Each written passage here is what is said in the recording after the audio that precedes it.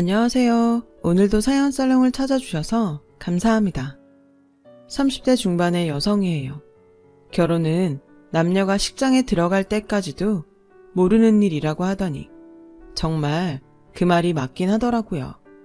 저는 얼마 전에 파혼을 당했어요.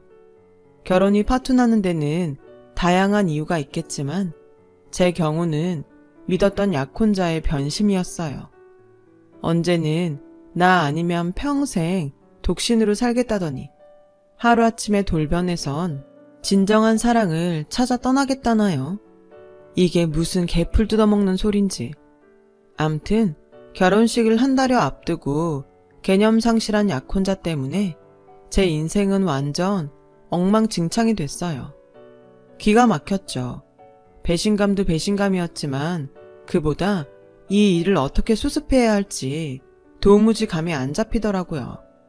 결자해지라고 문제를 일으킨 당사자가 해결을 하는 게 맞는 거지만 문제는 이런 어이없는 일을 만든 당사자가 소리 소문 없이 사라졌다는 거예요. 지금도 그때 일을 생각하면 피가 거꾸로 솟아서 자다가도 벌떡벌떡 일어날 지경이라니까요. 개념 상실한 그놈의 치졸한 행각을 만천하에 알리고자 이렇게 사연을 보내게 되었어요. 저는 유치원 교사예요. 대학에서는 영어 교육을 전공했는데 임용고시에 낙방하고는 진로를 바꿔 엄마가 운영하시는 영어 유치원에서 교사 생활을 하고 있어요.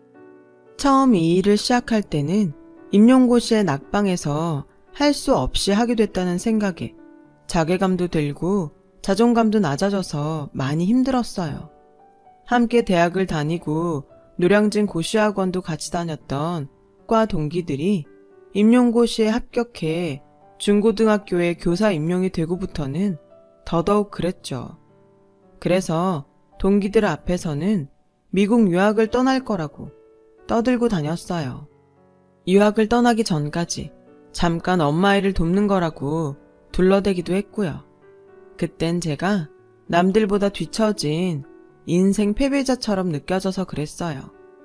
하지만 유치원에서 아이들을 돌보며 다시금 예전의 모습을 되찾다 보니 제가 얼마나 바보 같은 짓을 했는지 알겠더라고요. 그때부터였어요. 남들 앞에서 제 직업을 떳떳이 밝히게 된 거는요. 그제야 친구들 앞에서도 당당하게 설 수 있었죠. 이렇게 제 마음이 변하게 된 건 어쩌면 아이들이 가진 치유 능력 때문인지도 모르겠네요. 하루 종일 아이들과 함께 있다 보면 체력적으로는 힘들어도 정신적으로는 많은 도움을 받곤 해요. 이게 무슨 소리냐고요? 어린 아이들의 긍정적이고 밝은 모습을 보며 생활하다 보니 저에게도 무한한 긍정 에너지가 전해지는 것 같거든요. 게다가 어린아이들이 언어 습득 능력이 어찌나 빠른지 가르치는 보람도 있고요. 꼭 스폰지처럼 쭉쭉 빨아들인다니까요. 발음은 또 얼마나 좋은지 몰라요. 어른들처럼 단어를 보고 발음 기호에 따라 영어 발음을 하는 게 아니라 원어민 선생님의 목소리를 듣고 그대로 따라서 발음을 하거든요. 그렇다 보니 한국 사람들이 잘 못하는 TH 발음부터 R과 L의 구분까지 완벽하게 구사하더라고요. 15살 때까지 미국에서 살다 온 제가 들어도 훌륭한 발음이었죠. 이렇게 아이들 실력이 쑥쑥 늘다 보니 학부모님들 사이에선 저희 유치원 평이 꽤 좋게 나서 입학 정원 수보다도 대기자 수가 배 이상 될 정도예요. 솔직히 일반 유치원에 비해 원비가 꽤 비싼데도 말이죠. 유치원이 잘 되다 보니 저는 하는 일이 많이 늘었어요. 수업뿐만 아니라 엄마를 도와 학부모 상담까지 맡아야 했거든요. 그러다 보니 자연스레 학부모들과의 만남이 잦아졌고 유대감도 높아졌죠. 그게 불행의 시작이었어요. 평소 저와 친하게 지내던 학부모님 한 분이 자신의 오빠와 소개팅을 하지 않겠냐고 하더라고요. 우리 오빠가 땡땡대학 물리학과 연구교수거든요. 하루 종일 실험실에서 사느라 연애 한번 못 해봤지 뭐예요. 몇 년 뒤면 40인데 여전히 여자한테는 통 관심이 없네요. 선생님이 우리 오빠 좀 구제해주세요. 30대 후반의 남자가 모태솔로라니 솔직히 뜨악했어요. 그러면서도 한편으로는 여자 경험이 많은 남자보다는 오히려 낫지 않을까 싶기도 했죠. 그래서 몇 번의 거절 끝에 결국 소개팅에 나가게 되었어요. 연구에만 빠져 사는 남자라고 해서 막연히 뿔테 안경에 덥수룩한 머리를 한 답답한 이미지를 연상했는데 막상 만나보니 정반대더라고요. 키도 훤칠하고 피부도 희고 댄디한 스타일의 멋진 남자였어요. 이런 남자가 어쩌다가 모태솔로가 되었을까 의아할 정도였죠. 남자는 제 얼굴을 보더니 사뭇 놀라는 눈치였어요. 그리고 이내 입가에 미소가 번지더군요. 왜 웃으세요? 혹시 제 얼굴에 뭐가 묻었나요? 아니요, 그런 게 아니라 성은 씨가 제 이상형에 가까워서 좋아서 그만. 언짢으셨다면 죄송합니다. 첫 만남에 대놓고 자기 이상형이라고 말하지 뭐예요. 그 말에 내심 기분이 좋았어요. 저도 그 남자가 마음에 들었으니까요. 그 후로 우리는 몇 번의 만남을 가졌고 한 달쯤 지나 결혼을 전제로 진지한 만남을 갖기로 했어요. 아무래도 학부형 가족과 만나는 거라서 은근히 조심하게 되더라고요.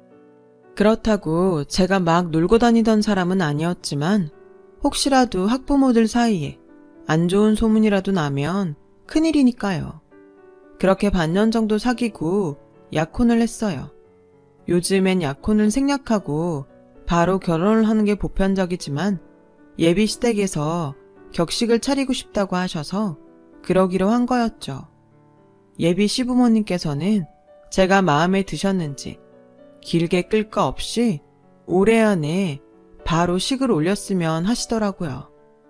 그건 저희 부모님도 마찬가지셨죠.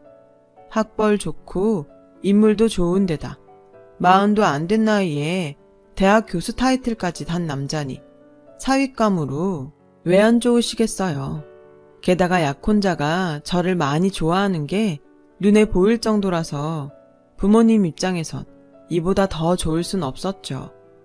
제가 생각해도 제 약혼자는 저한테 헌신적이었어요. 제가 봐도 과하다 싶을 정도로 말이죠. 이를테면 이런 식이었어요. 가령 제부도에 놀러가서 해물칼국수를 먹기로 하면 약혼자는 며칠 전부터 그곳에 가서 제일 잘하는 집을 찾아가 미리 먹어보고 주변 데이트 코스까지 탐방을 하곤 했어요. 어느 자리에 제가 앉아야 바다가 잘 보이는지, 어느 산책로를 걸어야 길이 더 아름다운지 세세하게 찾아보고 준비하는 거죠. 이러니 제가 안 반하겠어요. 그뿐이 아니에요.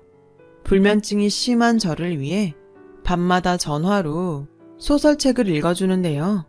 제가 잠들 때까지 몇 시간이고 책을 읽어준다니까요. 한두 번도 아니고 매일을요. 세상에 이런 남자가 또 있을까요? 약혼자는 연애를 처음 해보는 사람이라고는 생각할 수 없을 정도로 여자의 마음을 잘 아는 것 같았어요. 마치 저를 불면 날아갈까, 잡으면 깨질까 하는 심정으로 애지중지 하는 것 같았죠. 그런데 언제부턴가 이런 약혼자의 행동에 의심이 들기 시작했어요. 저를 마치 기존에 알고 지내던 누군가의 대용으로 여기는 것 같았거든요. 처음엔 그저 저를 생각해서 이것저것 챙겨주는 줄 알았는데 그게 아니었어요. 한 번은 둘이 영화를 보러 극장에 갔는데 저한테 물어보지도 않고 볼 영화를 정해 예매를 했더라고요. 하필 제가 질색을 하는 공포영화였죠.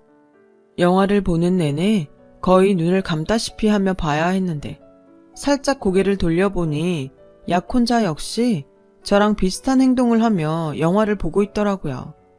딱 봐도 공포 영화를 좋아하는 사람 같지는 않았어요. 그래서 영화가 끝나고 물었죠. 상현 씨, 공포 영화 좋아해? 아까 보니까 잘 못 보는 것 같던데. 그랬더니 뭐라는 줄 아세요? 나 원래 공포 영화 질색하잖아. 그래도 자기가 좋아하니까 보는 거지. 내가 공포 영화를 좋아한다고? 난 그런 말 한 적 없는데. 혹시 다른 사람이랑 혼동한 거 아니야? 그러자 약혼자는 얼굴이 붉게 달아오르더니 제 시선을 피했어요. 그리고는 배가 고프다며 먼저 밖으로 나가더라고요. 그날 이후 약혼자의 행동에 의심이 가기 시작했어요. 의심이 들기 시작하니 사소한 행동 하나하나가 다 의심스럽더라고요. 밤마다 읽어주는 소설만 해도 그랬어요. 분명히 저는 로맨스 소설을 좋아한다고 했는데 매번 추리소설을 읽어주었죠. 안 그래도 잠이 안 와서 읽는 책인데 살인사건이니 납치니 하는 무시무시한 일들이 벌어지는 걸 듣고 있자니 정신이 더 심란해져서 잠이 오지 않더라고요. 상현씨, 추리소설 좋아해? 아니, 난 소설보다는 잔잔한 에세이를 좋아하는 편이야. 근데 그건 왜? 그런데 왜 밤마다 추리소설을 읽어줘? 그러자 약혼자는 극장에서 그랬던 것처럼 똑같은 소리를 하더군요. 그야 자기가 좋아하니까 그러지. 자기 히가시노 게이고 광팬이잖아. 그 순간 확실히 알았어요. 이 남자는 나를 사랑하는 게 아니라 나와 닮은 다른 여자를 사랑하고 있다는 걸 말이죠. 그래서 약혼자의 과거를 추적하기 위해 땡땡월드며 땡스타를 뒤지기 시작했죠. 약혼자 본인 계정에서는 딱히 이렇다 할 흔적을 찾지는 못했어요. 하지만 몇 달이 건너가 보니 역시나 흔적이 나오더군요. 모태솔로라던 약혼자는 15년이 넘게 짝사랑했던 여자와 2년 전까지 4년간 연애를 했었더라고요. 그 여자는 약혼자의 과외 선생으로 4살 연상이었어요. 현재는 딴 남자와 결혼을 한 상태였고요. 그런데 온몸에 닭살이 돋을 만큼 무서웠던 건 바로 그 여자가 저와 무척이나 닮았다는 거였죠. 처음 만났던 날 약혼자가 저를 보고 놀랐던 이유가 바로 이거였던 거예요. 순간 온몸의 기운이 쭉 빠졌어요. 이 남자가 그동안 나를 통해 다른 여자를 생각하며 사귀어 왔다고 생각하니 소름이 끼치더라고요. 그동안 날 위해 했던 행동 하나하나가 옛 연인과 만나면서 길들여진 것들이라 생각하니 분통이 터졌어요. 그런 것도 모르고 이런 남자를 만난 걸 행운이라고 생각했던 제가 너무 한심하고 바보 같아서 미칠 것 같았죠. 그래서 참다 못해 약혼자를 불렀어요. 지금부터 내 말에 솔직하게 대답해. 나랑 사귀는 거 내가 좋아서야? 아니면 내가 당신 전 여친을 닮아서야? 다 알고 있으니까 거짓말할 생각 마. 제 물음에 약혼자는 꽤 놀란 듯 했어요. 한참 동안 말을 못 하더라고요.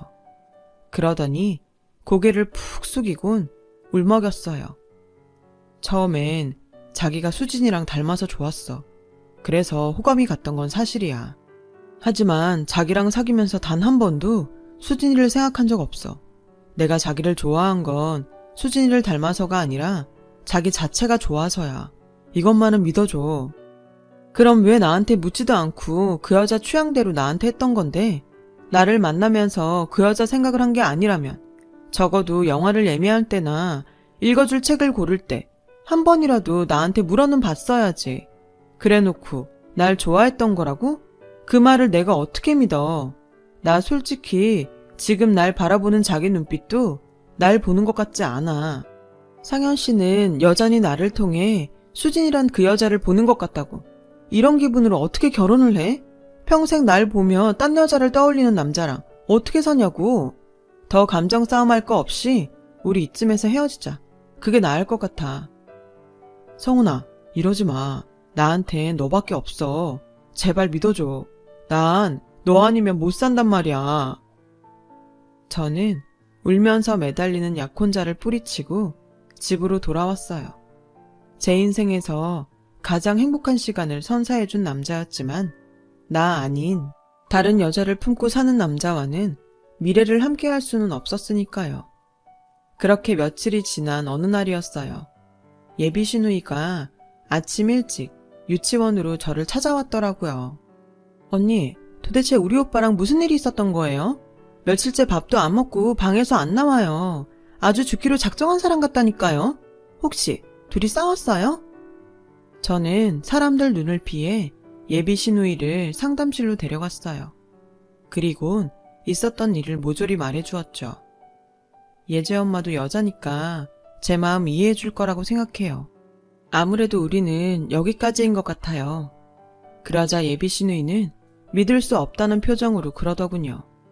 과외 언니라면 저도 잘 알아요. 오빠가 고등학생 때부터 짝사랑했던 것도 잘 알고요. 그런데요 언니, 우리 오빠 언니 생각처럼 그런 사람 아니에요. 과외 언니를 못 잊어서 그런 거라면 그 사람을 찾아갔겠죠. 근데 그거 아니잖아요. 현재 오빠한테는 언니뿐이에요. 언니 마음 모르는 거 아니지만 한 번만 우리 오빠 믿어주면 안 될까요? 이러다가 정말 큰일 날 것 같다고요. 제가 이렇게 부탁할게요. 네? 홧김에 헤어지긴 했지만 그래도 사람이 다 죽어간다는데 모른 척 할 수가 없어서 퇴근 후 약혼자 집으로 찾아갔어요.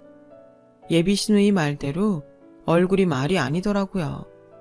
그 모습을 보니 마음이 짠해서 나도 모르게 무너지고 말았어요. 사람이 왜 이렇게 약해 빠졌어? 이깟 일로 죽기라도 할 셈이야? 자기가 이러면 나는 어떡하라고. 안타깝기도 하고 속상한 마음에 저는 주저앉아 엉엉 울었어요. 약혼자 역시 저를 끌어안고는 한참을 울었죠. 그리곤 앞으로 다시는 그러지 않을 테니 한 번만 자기를 믿어달라고 하더군요. 죽은 사람 소원도 들어준다는데 산 사람 소원 하나 못 들어주냐 싶어 저는 못 이기는 척 넘어가 주기로 했어요. 그날 이후 약혼자는 사소한 것 하나까지 제 의견을 물어가며 약속 장소며 메뉴, 영화 예매와 밤에 읽어주는 소설까지 모조리 다 저한테 맞춰주었어요. 이제 정말 내 남자가 된 것 같았어요. 그렇게 시간은 흘러 양가 상견례를 하고 결혼식 날짜까지 잡게 되었어요. 스드메와 웨딩 촬영도 마쳤고 저는 엄마와 혼수 준비를 하느라 눈코 뜰 새가 없었죠. 그렇게 결혼 준비에 한창이던 어느 날 약혼자한테 문자가 한 통 온 거예요. 이런 말을 하게 돼서 정말 미안해. 난 진정한 사랑을 찾아 떠나기로 했어. 이런 놈이라 미안해. 날 잊어줘. 처음엔 스팸 문자인 줄 알았어요. 아무리 개념을 밥 말아먹은 놈이라고 해도 결혼을 한 달 앞두고 중2병 걸린 애 같은 문자로 파혼을 알린다는 게 말이 돼요? 어이가 없어서 헛웃음이 나더라고요. 그래서 전화를 해봤더니 역시나 안 받더군요. 그래서 다음날 그의 여동생한테 전화를 했더니 지난 밤에 자기 오빠가 갑자기 이 결혼 못하겠다며 집을 나갔다지 뭐예요. 그러면서 오히려 제게 화를 내더군요. 언니가 오빠한테 뭐라고 했길래 멀쩡하던 사람이 직장도 그만두고 집을 나가요? 도대체 둘 사이에 무슨 일이 있었던 거예요? 그러면서 이번 일에 대한 모든 책임을 저에게 돌리더군요. 나야말로 피해자라고요. 문자로 파혼 통보 날리곤 사라진 사람을 저보고 어쩌라는 거예요. 저도 그동안 참을 만큼 참았어요. 파혼하고 싶은 건 그쪽이 아니라 우리 쪽이라고요. 통화가 길어질수록 감정 싸움만 더 격해지길래 일단 전화를 끊고 약혼자 주변 사람들한테 연락해 상황 파악에 나섰어요. 그랬더니 기가 막힌 얘기가 들리더군요. 약혼자 대학 동기 중 하나가 지나는 말처럼 그러더군요. 확실한 건 아닌데 혹시 그 여자 이혼 소식 듣고 그러는 거 아닐까요? 네, 그 여자는 약혼자의 전 애인, 첫사랑이라던 과외 선생이었어요. 그 말을 듣는 순간 오만 정이 다 떨어지더군요. 끝까지 사람을 이렇게 엿먹이다니 정말 인간 같지도 않았어요. 그래도 확실한 이유를 알아야 할 것 같아서 업체에 의뢰해 약혼자와 과외 선생에 대해 알아보았죠.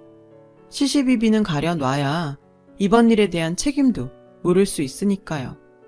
조사 결과를 기다리는 기간 동안 예비시댁 쪽에서는 하루가 멀다 하고 저에게 전화해 파혼에 따른 피해 보상과 위자료를 운운하며 압박해왔어요. 특히 여동생은 유치원 학부모들한테 저에 대한 비방까지 해댔죠. 정말 모든 걸 파버리고 도망치고 싶은 심정뿐이었어요. 사건의 원흉은 따로 있는데 왜 나 혼자 돌을 맞아야 하나. 억울하고 분하더군요. 그리고 한 달여 뒤 드디어 저는 물증을 잡을 수 있었어요. 업체에서 그러더군요. 현재 약혼자가 과외 선생과 함께 살고 있다고요. 아, 정말 쓰레기 같은 놈이었어요. 첫사랑 이혼 소식을 듣자마자 결혼도 직장도 팽개치고 그 여자한테 달려갔더라고요. 이런 걸 살린답시고 악어의 눈물에 속아주었던 제가 미친년이었죠. 파혼의 이유를 안 이상 가만히 당하고만 있을 수는 없었어요. 그래서 약혼자의 집에 찾아갔어요. 그리곤 예비 시댁 식구들 앞에 사진을 던졌어요. 이게 댁의 아들의 실체예요? 첫사랑 이혼했다는 소리를 듣자마자 가족도 약혼자도 직장도 팽개치고 달려가는 멍청한 놈이요. 진정한 사랑? 지나가던 개가 웃겠네요. 댁의 아들은 버젓이 남편 있는 유부녀한테 속아서 지 인생 개박살낸 똥멍청일 뿐이라고요. 솔직히 제 입장에선 지금이라도 이런 멍청한 인간과 연을 끊을 수 있어서 다행이라고 생각해요. 아, 파혼에 따른 피해 보상과 위자료 내놓으라고 그러셨죠? 네, 저도 그거 받아야겠네요. 조만간 변호사 선임해서 10원 한 장까지 따박따박 받아낼 테니 현금 준비하세요. 그리고 예지 엄마, 그쪽은 허위사실 유포와 영업방해로 고소 들어갈 테니 변호사 알아보시고요. 한 번만 더 내 인생에 똥물 튀기면 당신들도 시궁창에 처박힐 줄 알아요. 저는 그동안 쌓였던 분노를 터뜨리곤 집을 나왔어요. 그동안 피해자 코스프레를 하던 약혼자 가족들은 하루아침에 뒤집어진 상황에 충격에 휩싸였어요. 하지만 그건 우리 집도 마찬가지였죠. 특히 저희 엄마는 머리를 싸매고 들어 누우셨어요. 망신도 이런 망신이 없다시며 저를 볼 때마다 내 딸 불쌍해서 어떡하냐며 눈물을 흘리셨죠.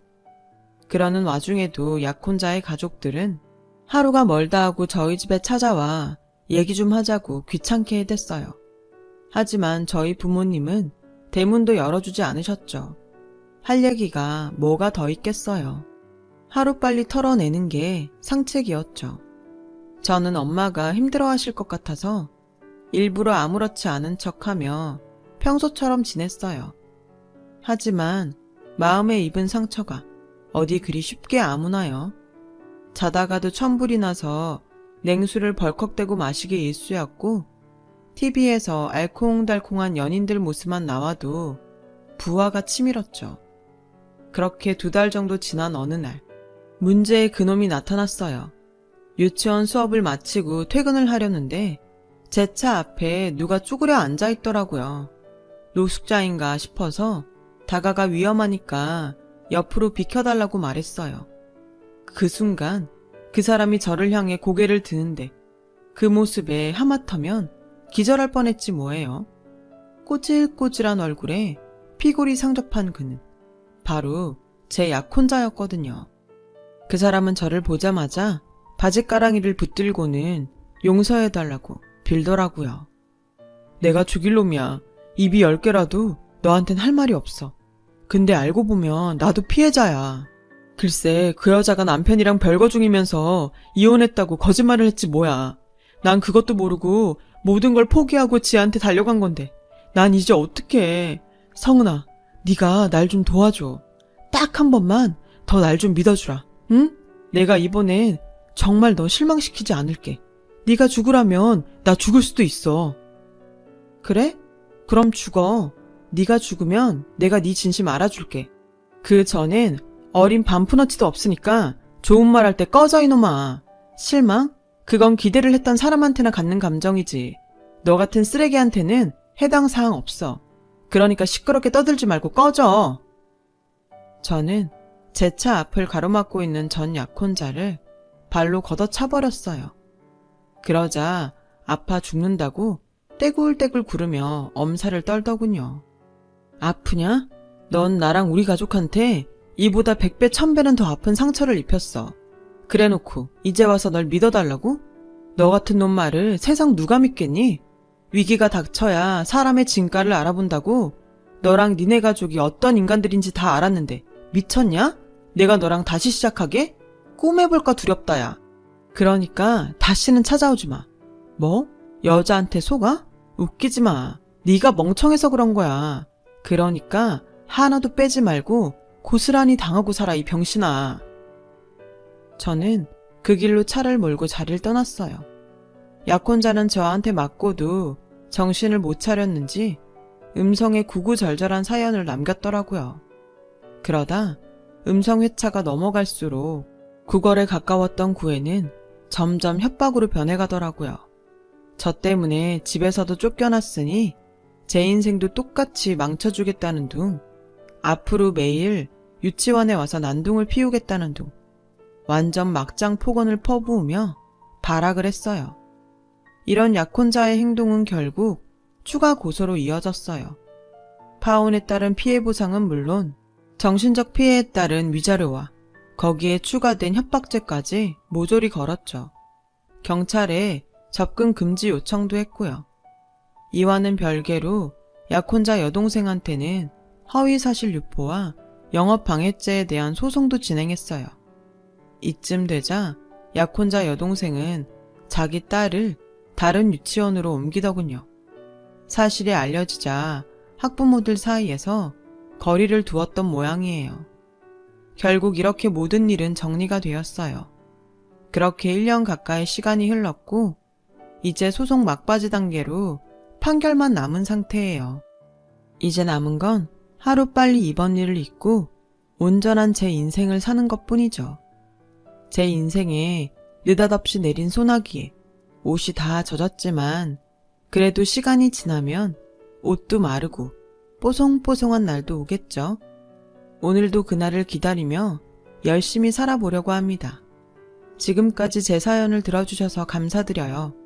들어주신 모든 분들의 오늘도 밝은 햇살이 비춰주길 바랍니다. 건강하세요. 여러분, 사연 댓글에 응원과 현명한 조언 부탁드려요. 좋아요와 구독은 저에게 큰 힘이 됩니다. 오늘도 좋은 일 가득하세요.